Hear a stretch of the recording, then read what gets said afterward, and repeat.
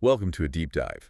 Today we're jumping straight into an article that gives this really kind of unique look at creativity, music, and, artificial intelligence. Yeah, and it does it by revisiting a song from way back Yeah. from the past. Right, using today's tools on it, specifically a song from 1998. And the source we're digging into, it's called 𝗧𝗧 to 𝗧𝗕ᗕ, a Britpop ghost ride through AI remix culture. It's by TATANKA, published June 7, 2025. Okay, so our mission here is really to unpack this piece. We want to get into the author's experiment, with their own music and AI, and see what it tells us about these big kind of swirling ideas around creation right now. Things like originality. Influence, yeah. What does that fit? Exactly. And technology's role in all of it. It really feels like this collision point. Yeah. Where homage, maybe even plagiarism, and whatever originality means now. All get tangled up in this AI remix culture. It's quite a picture. It really makes you ask that core question, doesn't it? What actually happens when you feed a piece of the past, like really rooted in its time, into the machines of the future? Yeah, what comes out the other side? Okay, let's get on this road. The road to 𝗧𝗕ᗕ, as the author calls it. So the whole thing kicks off with them looking back at a song they wrote and recorded way back, 1998. 1998. That's a moment, right? Britpop Central. Totally. And they place it right there in the thick of it. Right. The author's super upfront about being a massive Oasis fan back then. Right, a fanatic. But interestingly, they also mention it felt a bit like maybe a guilty pleasure. Oh, yeah. Why is that? Because, and this is their phrasing, Noel Gallagher had made a career of stealing others' work. So there's that awareness even then. Huh. That's quite an admission about your hero, right? Yeah. But they immediately follow it up with something really important, kind of sets the stage for everything else. What's that? That all art is derivative, consciously or subconsciously. Ah, okay. That's key, that acknowledgement. Because then they decide, right, let's take this track, which they already know is derivative, and see what happens when we run it through modern AI. Right. Let's see how it gets reimagined. So how did they actually, do it? The article lays out the steps pretty clearly. Yeah, it's quite specific. They took the original 98 song, and first they cut it up into 6 distinct seeds, they call them. Seeds, like little audio snippets. Exactly. Key bits from the track.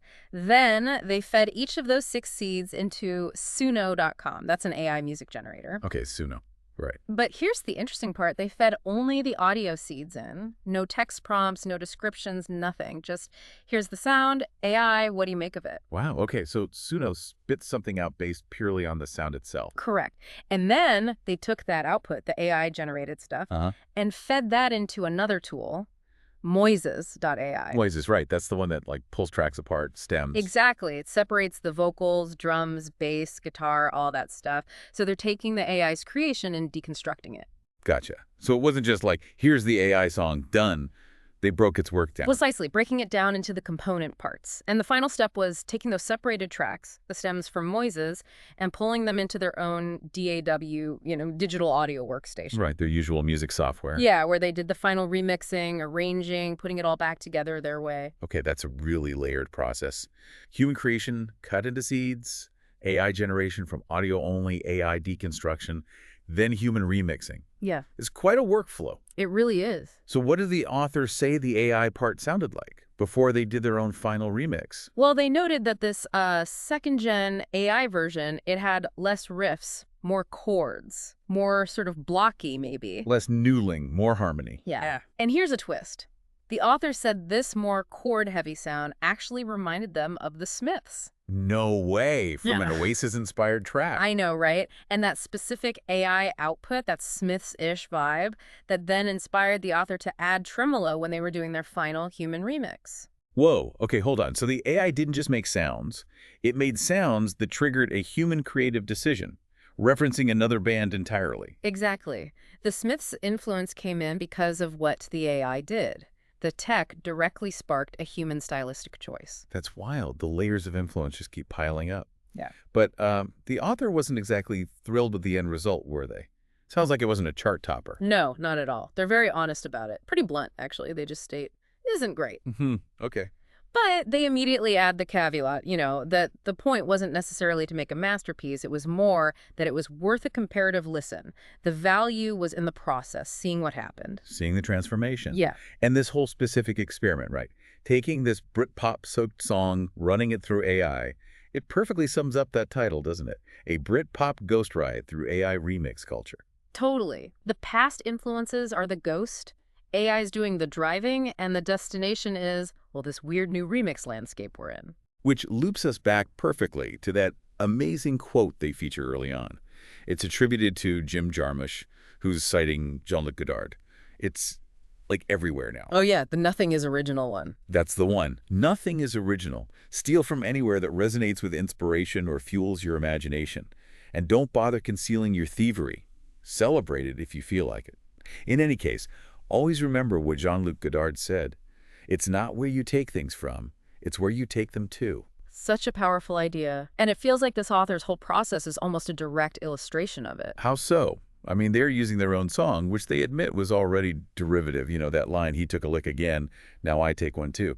So how does feeding that into AI embody the Godard quote? Well, think about it. They're literally taking from the past their own past creation, its Oasis influence, maybe even that subconscious Smiths thing the AI threw up. And they're using AI as the engine, the vehicle, to take it to somewhere new, a different place. It's not the 98 track anymore. It's not purely AI either. It's landed somewhere else because they took from point A, their past self influences, and use this process to get to point B. A transformed point B. Yeah, okay, I see that.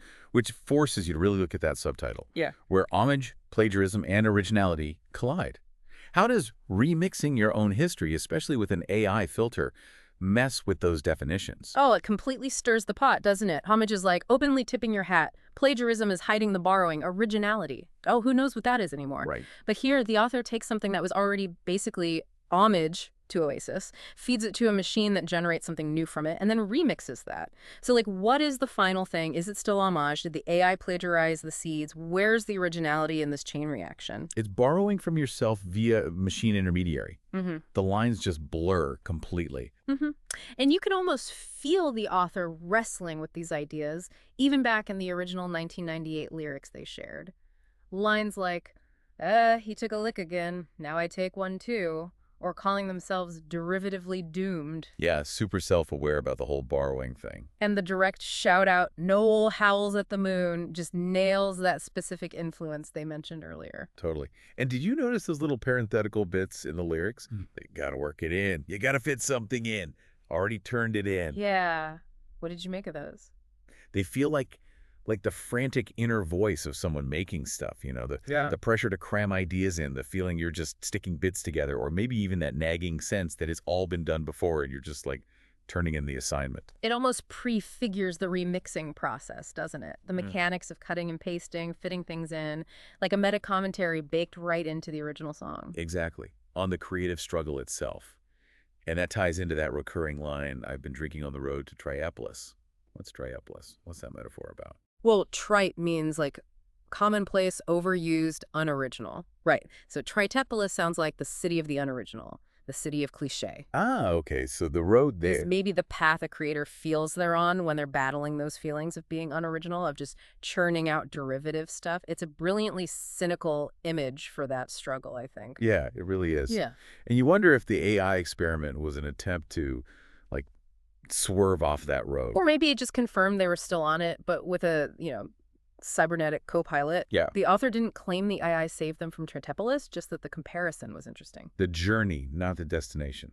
Okay, so just to lock down the AI tools' roles again, as the article describes them, Suno took the audio seeds, generated new music from just the sound. Right, no text prompts. And Moises was used after that to break the AI's output into separate tracks, ready for the author to then remix in their DAW. Yeah, tools for transformation and then deconstruction, preparing it for human hands again. Okay, so let's zoom out a bit. What does this one specific example, this deep dive into one song's journey, tell us about the bigger picture of creativity right now?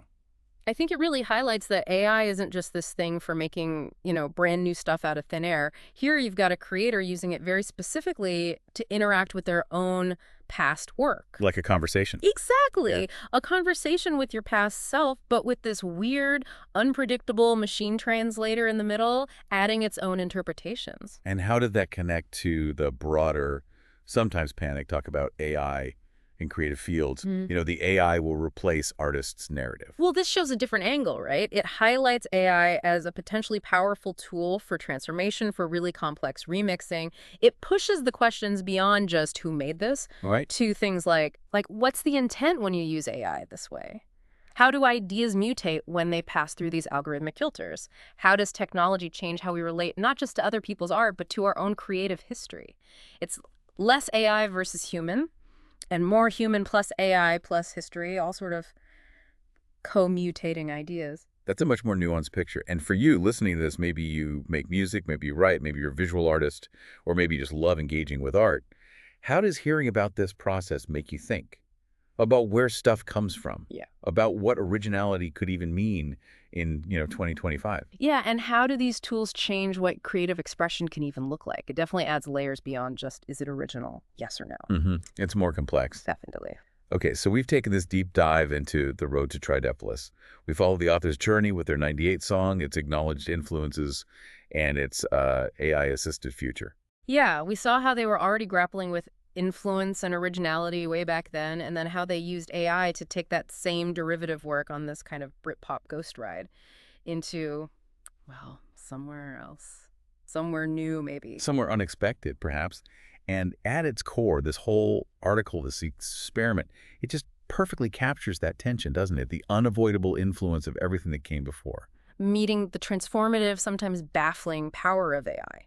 And it brings us right back, circles us perfectly to that Goddard quote again, the one in the article. It feels like this whole experiment echoes that idea. Yeah. Maybe the real measure of creativity, especially now with tools like AI. This isn't about pretending you didn't take things from somewhere. We all do. Right. But maybe it's entirely about the unique, the interesting, the potentially surprising place where you take them to. Exactly. What new destinations can we find, even starting from the most familiar places? Even starting maybe from the road to 𝗧𝗕daphilus itself, but with AI riding shotgun. Where could that lead?